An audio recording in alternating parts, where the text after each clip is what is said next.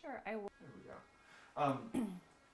How many of your patients that you see where are they on their pregnancy journey? Are they expecting, currently pregnant, or just had their baby? Kind of or is it all mixed? I would say it's probably a mix. Some clients that I've been seeing for a while are all of a sudden they'll get pregnant, and so it's kind of a nice segue into prevention around perinatal mood and anxiety disorders. But then a lot actually come to me months after having babies, which can be a little challenging, or they've already had maybe a traumatic experience or had been in the system and not gotten the support. So ideally I like to see them when they are pregnant or expecting, as opposed to after, so that we can obviously speak to that a little later, but so that we can do more prevention stuff as opposed to postpartum. Generally speaking, and I should probably ask this of a OBGYN instead, but from your knowledge, I mean, generally, what kind of care does a mother get when they do the normal system of, I'm pregnant, I'm having a baby, I'm going to the hospital for my well mother checkups, and then leading up to delivery, and then afterwards? What does that checkup on the mother look like as opposed to the baby? Are you speaking from like a mental health standpoint? Well, I mean, yeah. Let's just go right to the mental health aspect of it, right? We know that they do some physical check-ins to see how they're doing with their recovery from the baby. What's the mental health assessment like?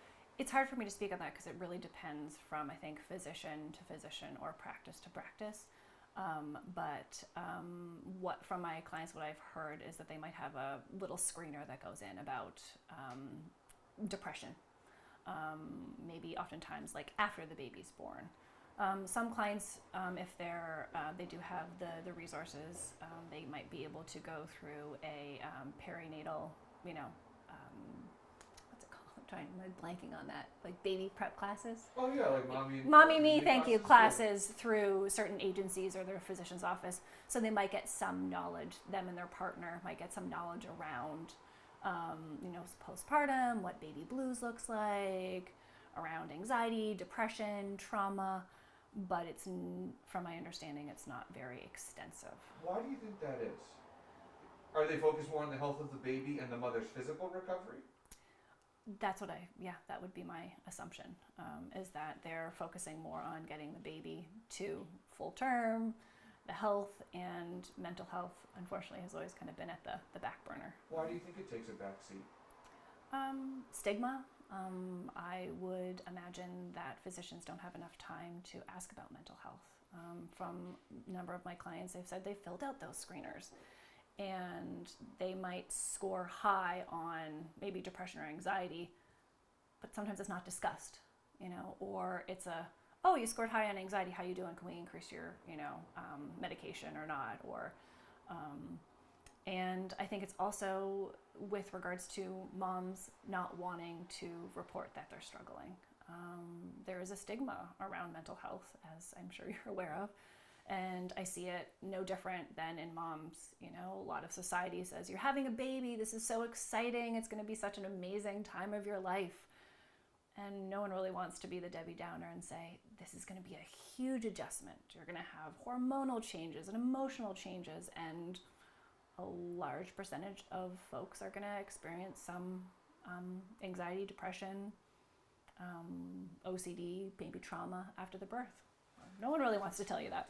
Can you help me understand, and I'm just going to slide over this way and keep looking at me.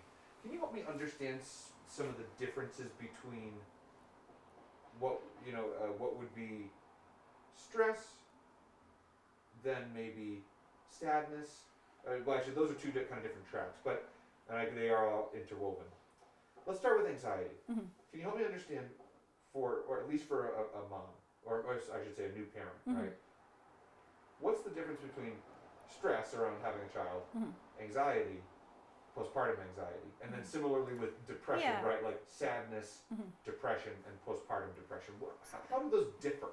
So we think of like anxiety as, if you have a new parent and they might be anxious about going to the grocery store for the first time. So that might be something. But, they might be a little anxious, but the, typical adjustment would be like, okay, they're anxious, it's new, but they do it and they're able to do that. then maybe someone that has more severe anxiety would be like, oh my gosh, I can't do that. I'm not going to do that. So they don't go to the grocery store. They avoid going to the grocery store. It causes so much anxiety, so much buildup that they're not going to the grocery store, but maybe they're also not going to visit friends. And then anxiety, a new parent might have anxiety about the baby dying at nighttime, SIDS. I mean, it's a real thing. So they check the baby, pretty typical, but more severe anxiety, they're up all night. They're just staring at the child. They're checking the monitor constantly. So then the parent is not getting any sleep whatsoever. They're maybe worried about the kiddo getting sick, so they're not letting anyone touch the baby. And obviously, COVID's a little bit different for that piece, totally, but they're not going out of the house with the baby. They're having a ton of anxiety going to doctor's appointments. So it's really the severity of thing. I mean, anxiety is a typical and a normal human reaction. We all want to have anxiety. We have to have anxiety to keep us safe. I mean, a new mom, I can't say to a new mom, don't check your baby, make sure they're breathing. That's important to do that. Or your baby's crying, don't go check on them. That's really important. But if it's to the extent that they're not sleeping, they're persevering, they're fixated on that stuff, then that can become the problem.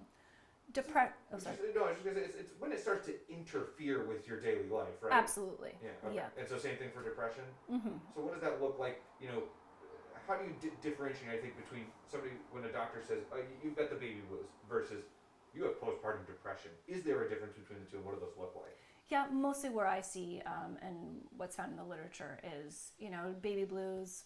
They say 2 weeks, but I wouldn't be so fixated on that 2 weeks.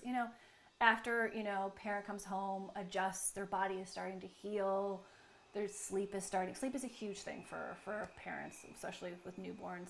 And once they're starting to sleep more, once they're eating, maybe exercising after they've been cleared to exercise, if a parent is noticing that they're just really not enjoying it, like, oh my gosh, I've been up crying all night with a colicky baby, of course you're not going to enjoy that. That sounds really challenging. But if they're not enjoying maybe typical fun stuff of like, we're going for a walk, or oh my gosh, I'm dreading the next day, or I'm not bonding, I don't like my baby. Sometimes the severity of like, my baby would be better off without me. I'd be better off dead. Those are more severe when we think of depression. So depression, baby blues is around like, oh, this is hard, I don't have much energy, it's difficult to concentrate, maybe I'm tearful, I'm weepy. Postpartum depression looks very similar to depression, but just has like a postpartum onset, so when the baby happens. So just really tearful, really down, sometimes can have suicidal ideation, really negative thoughts about themselves or the baby. And so it looks, as you said, I think you nailed it, it's like more interference with their day-to-day functioning. So, your patient population is already probably people who are dealing with these things. So this is kind of a strange context to ask this next question, but how many of your patients report those more severe symptoms where it is interfering with their lives? Even ballpark, half, nearly all? Yeah, I would say about half of or 1/3 of the pregnant moms that I see would be experiencing some more of those serious perinatal mood and anxiety disorders. So we think of like, I really wanted to stress this because a lot of times we think of postpartum depression. It's talked about postpartum depression and people are like, well, I'm not depressed. But we, as professionals, we look at postpartum depression as not just depression. It includes anxiety, depression, bipolar, post-traumatic stress disorder. A lot of parents experience trauma during birth, or obsessive compulsive disorder. So about, let's say, 1/3 of the population that I see will experience some kind of mood disorder. So a mood disorder, something that interferes with them. Yeah. Mm-hmm. Yeah. Doing the things that would normally bring them joy or something. Correct. Yeah. Or joy, being able to do like their daily activities, like. Right. Seeing friends, going to the grocery store, sleeping, eating, showering. Someone that's really anxious might not shower for days. And I'm like, well, what? Like, well, I just can't leave the baby. I can't leave the baby. I have to be around. I don't have time. And so that's a little bit different than the baby's napping or they're safe in their bassinet and I'm going to have a quick, normal. sometimes I think people, it's hard to make the distinction diagnostically, and we don't obviously need to get into it. But the kicker is like that interference with daily function. Of course, a new mom or a new parent is going to have a hard time leaving their child crying in a bassinet and take a shower. They may not want to, but after months of not being able to do that, and like knowing that the baby's okay, and having some assurance and some more confidence build, that's a little different. I'm talking about anxiety there. So. Yeah. Mm-hmm. I guess part of my reason for asking you that is I want to try to understand how common is it for parents, especially new mothers, to experience these types of symptoms? 1 in 7. Mm-hmm. And that's according to Postpartum Support International's website, which is a wonderful organization for new parents to get resources and supports and connect with local professionals in the area that can help with treatment. Can you remind me what your involvement is with that organization? I'm currently on the board with the main chapter of Postpartum Support International. Okay, gotcha.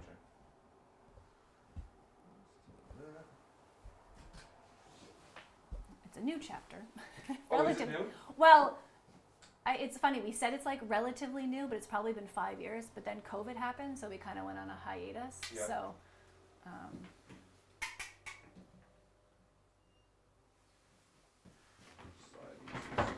Oops, sorry. Yeah, go for it.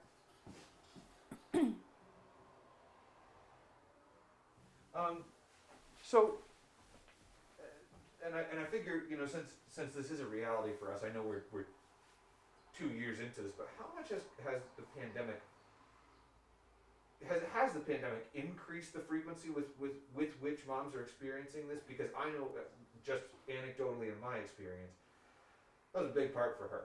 Mm-hmm. The pandemic interfered with her being, wanting to go to the grocery store, wanting to go out, Absolutely. wanting to see friends, touch, have other people touch her, so on and so forth. Absolutely. You're talking about a really important thing, because when we talk about how to treat or support new families with newborns, a lot of that is social support, connections, normalizing. I mean, they're not alone. A lot of people experience anxiety and depression and struggles being parents, or not even new parents. This could be parents of their fourth child. They could experience some anxiety that they never had before, and I've seen that.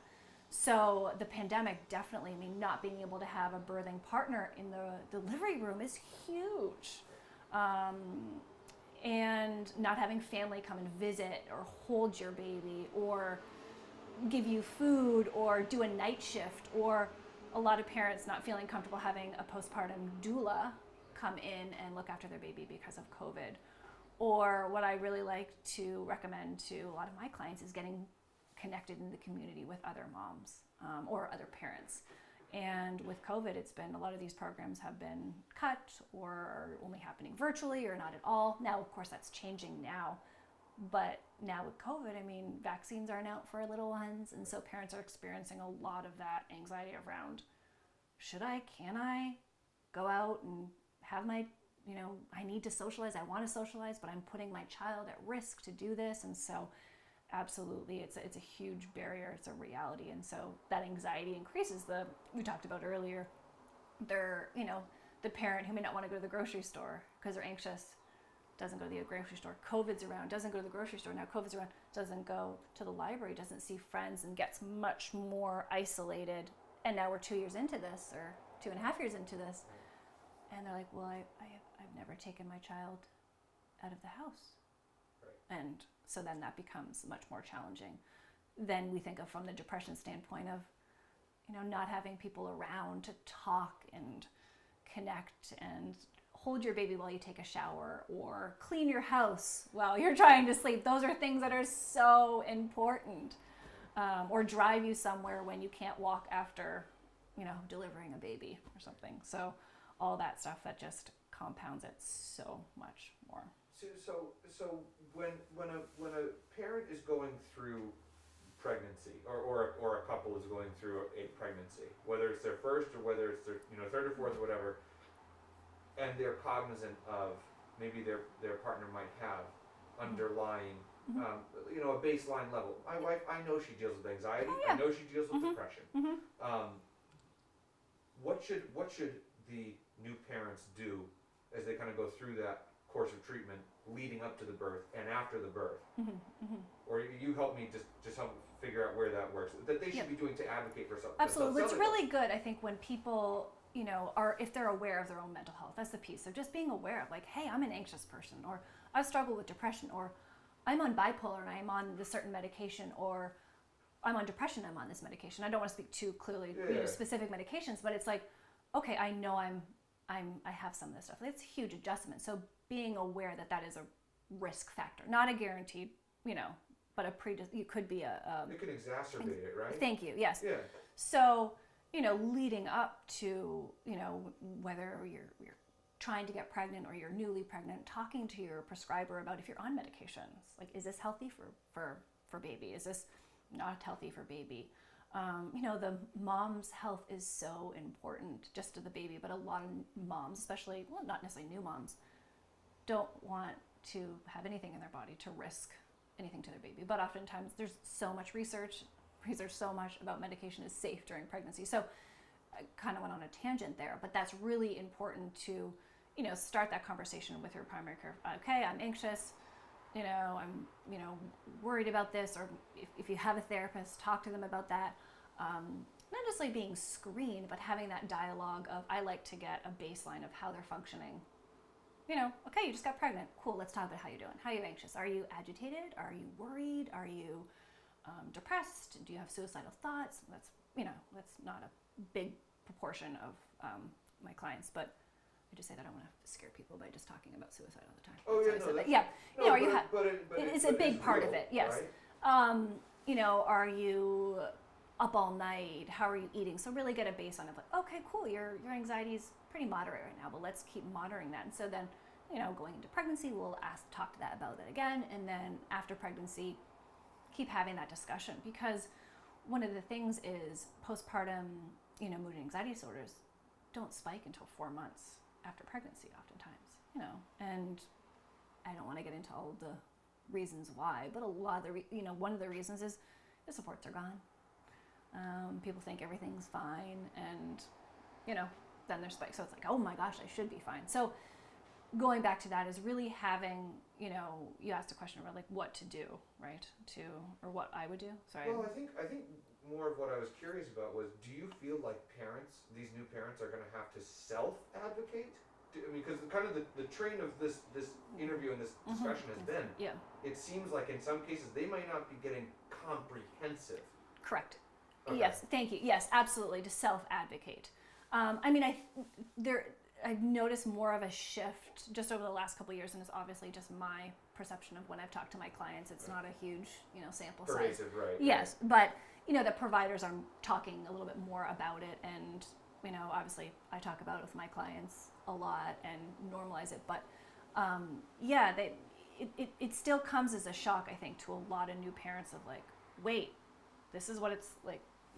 Wait, I might be anxious and depressed, and might have trauma. Like no one really. It still comes as a big shock. So advocating. I think the people that fall through the cracks, or the parents or individuals that fall through the cracks, are people that maybe don't have a history of severe or persistent mental health issues. I would imagine your wife or someone else that has anxiety and maybe has gotten treatment or support. It's like, oh, I'm anxious, I'm having a baby.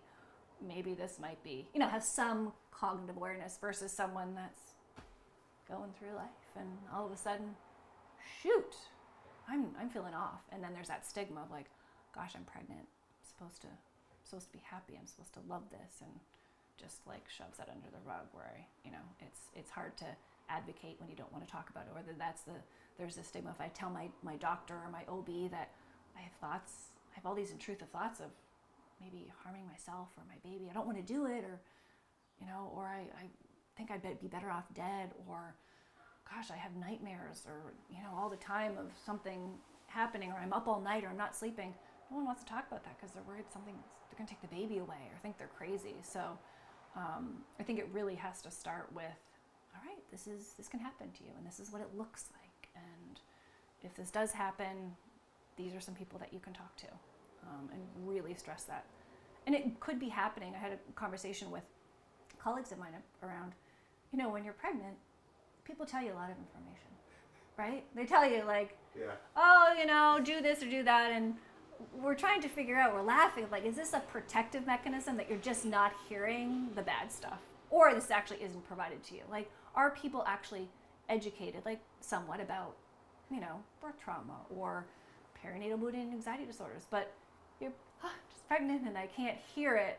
And also, do you really want to say to a new, you know, parent, I experienced postpartum depression and you might experience that too, so you better watch out. You might have thoughts of harming yourself and you might not bomb. Like, that's not something you want to talk about at the baby shower. So where is society, you know, are we, you know, from like a global standpoint, falling short about this versus like, this is going to be really challenging, and this is, oh, okay, yeah, cool, yeah, my sister did that, all right, struggled with that, all right, let's put this in place. So then I have two questions for you along that front, and I want to come back to what you were just talking about basically not being the Debbie Downer at the baby shower. No, so don't let me forget Debbie that. Downer, okay. But the first one being, do you think that the stigma, at least internally, right? Because there's the internally and the external. The external is the Debbie Downer at the baby shower. Yeah. But internally, do you think that stigma is perpetuating the individual's problem with anxiety and depression postpartum?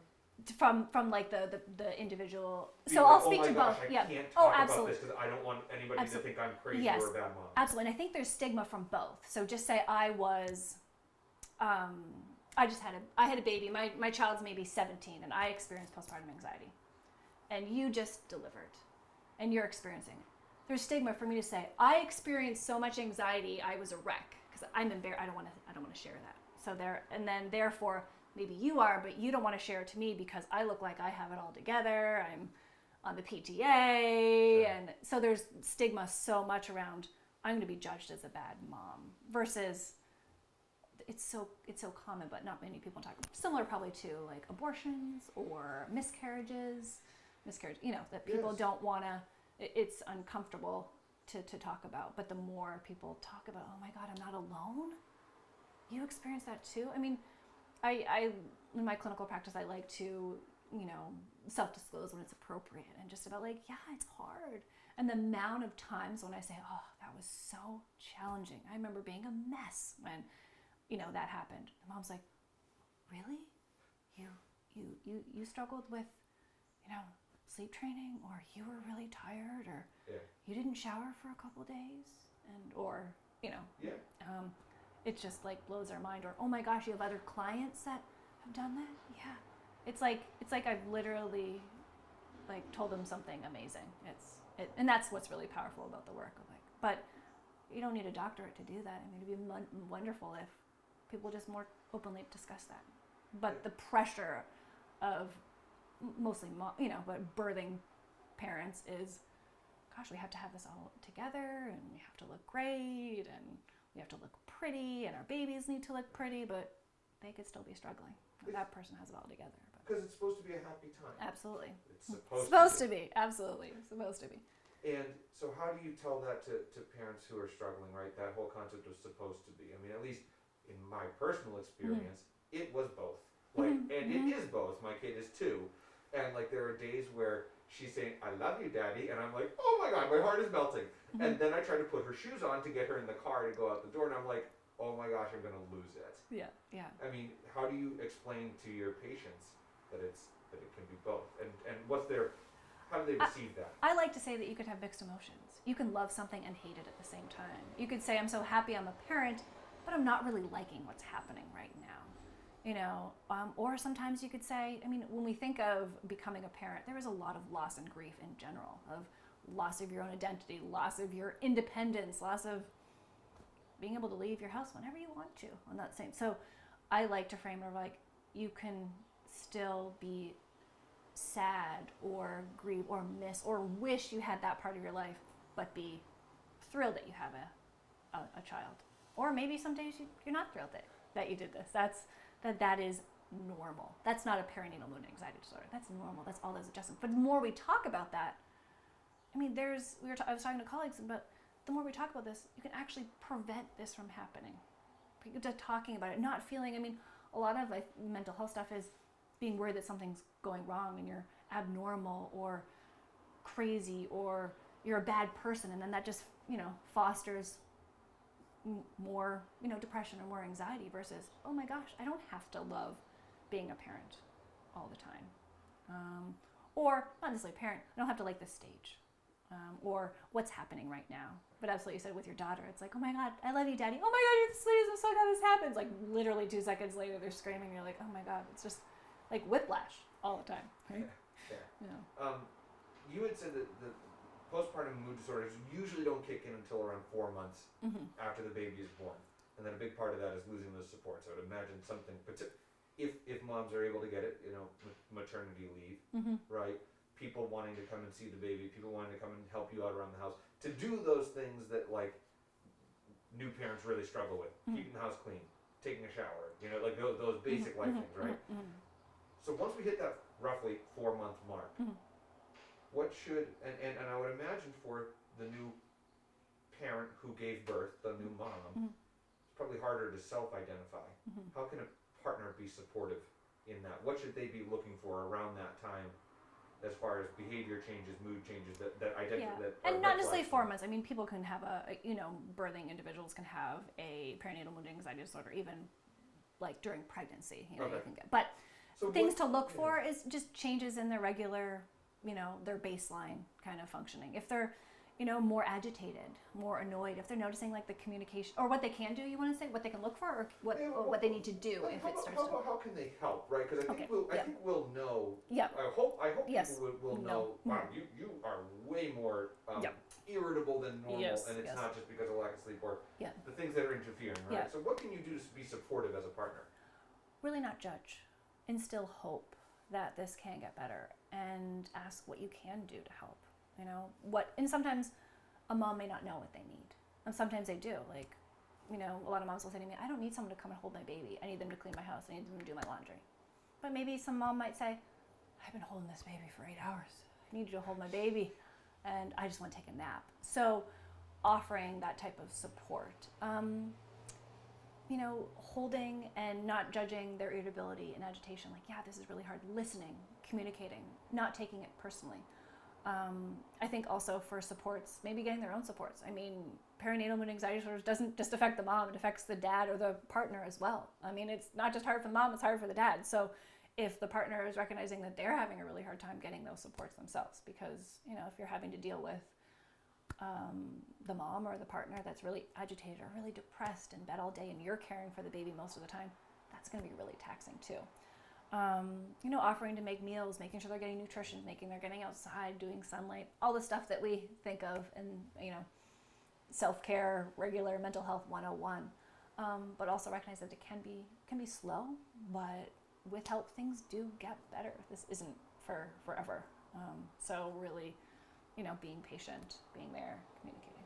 Would you say that those things that you mentioned about encouraging the partner to encouraging the birthing individual to get outside, take a shower, do this, so on and so forth. Is that easier said than done when someone's dealing with a mood disorder? Oh, absolutely. Yeah. Why? Yeah. Well, because they don't feel like they want to do it. They don't have the energy to do it. They, especially when they look at depression, they don't even feel worthy. They don't even feel like, what's the point? I'm depressed. No one loves me. I'm not lovable. I don't want to do that. So it's not. I'm glad you clarified, because it's not a forcing, like, go out, you need to do this, like this, because that is the worst thing. But saying, if anxiety is getting in the way, like, hey, hun, do you mind if I'll watch, Johnny for an hour if you'd like to go for a walk, or, is there some girlfriends you'd like me to call so you can get together? Would that be helpful? Like, taking a lot of that decision making out, because a lot of people can get paralyzed with, oh my gosh, my partner said I could do all these things, but I am so tired to make all these decisions. So, I'm really glad you clarified, because they're not going to want to. So sometimes it could be as simple as just helping them, draw a bath for them, getting a shower, making sure that they're, making sure they have good nutrition, but not forcing it, like, oh, you'll be better if you just go for a run or get some exercise and health, but it's allowing them to do those types of things, or allowing those opportunities to do that. Garbage truck. We've covered a lot, and I want to be aware of your time. So what else do you think we need to cover as far as parents making sure that they get The supports they yeah, need. the support Yeah. that they need throughout that process, whenever in the process that is. Because I think that's kind of what I focused on a lot with Dr. K and her patient was that, you know, there are moms that feel like they didn't get the type of support they needed maybe before that mood disorder kicked in. So what parents need, like what new parents need to do? Or I don't know. Yeah. Here, let me put these on pause. It's fine. I don't mind.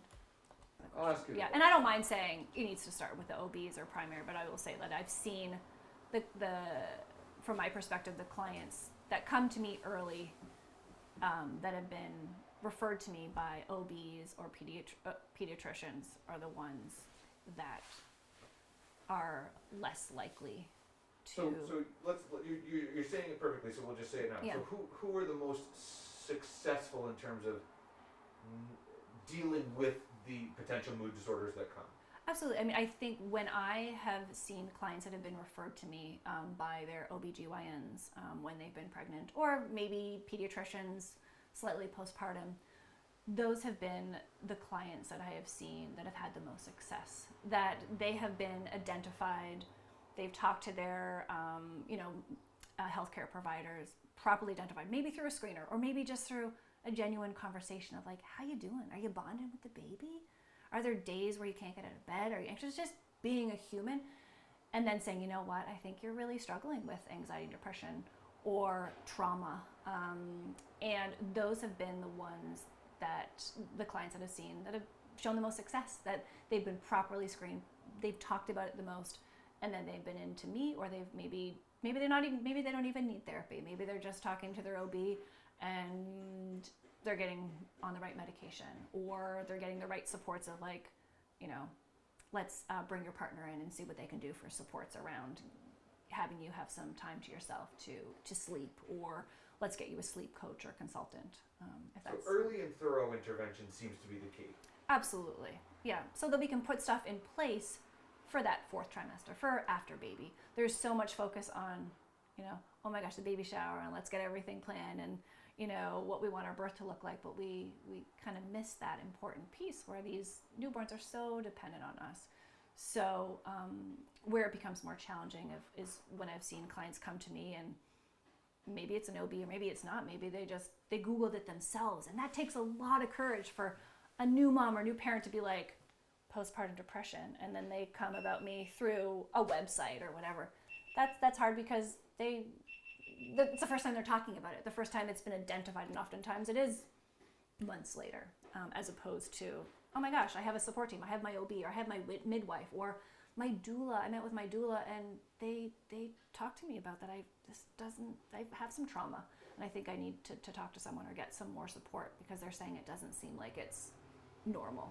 How much should the partner be involved in those meetings with the OBGYN and or pediatrician in the weeks and months after birth? Does that help with that early intervention piece, or is it too late by that point if it's post-birth? Definitely not too late. It's never too late.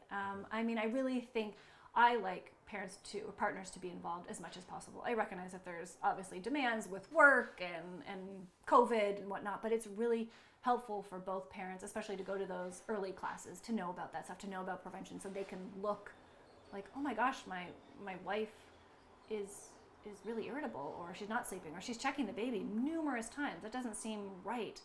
And then to be able to also help advocate for the mom. Someone that's really depressed goes in the office, and sometimes really depressed, but oftentimes with new moms, they're the ones with their makeup on, they look great, the baby looks great, and they're like, are you this mom doesn't look depressed. You know what? She's really depressed, because there's that pressure to look great.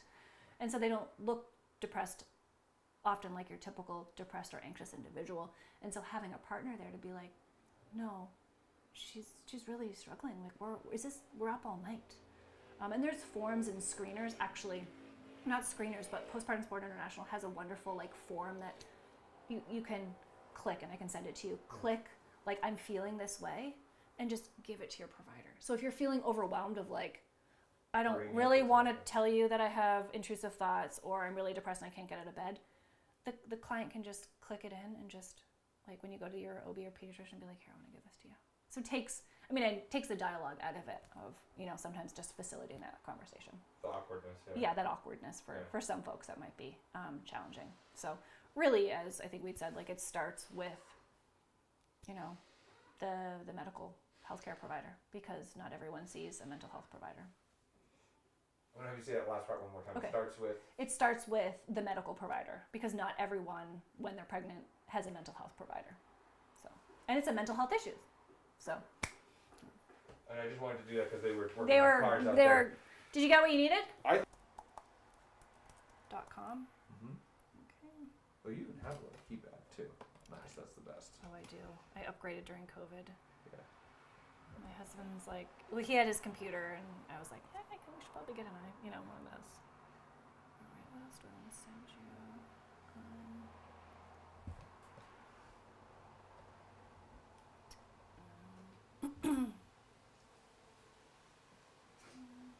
Yeah, I'll just send you the website, because they have a bunch of, like, really.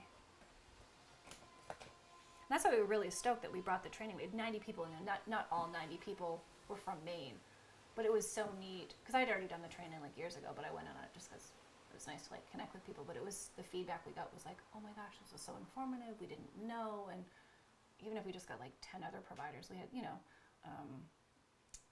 Allison there, and some other, like, midwives, and some like, just amazing that they came to the training, so they're just more aware of it. I mean, when I was in grad school, we didn't even talk about perinatal mood and anxiety disorders either. Wow. Like, I didn't even know anything about that. Wow.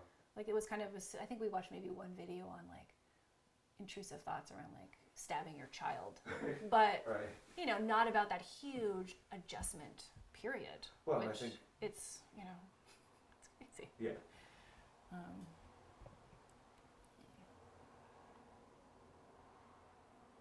Normalize. Right. I'm happy to sit at my desk if it's easier. No, you're fine. Whatever you want to do, unless that's easier for you, it doesn't matter to me. No. Chris. Okay. Yep.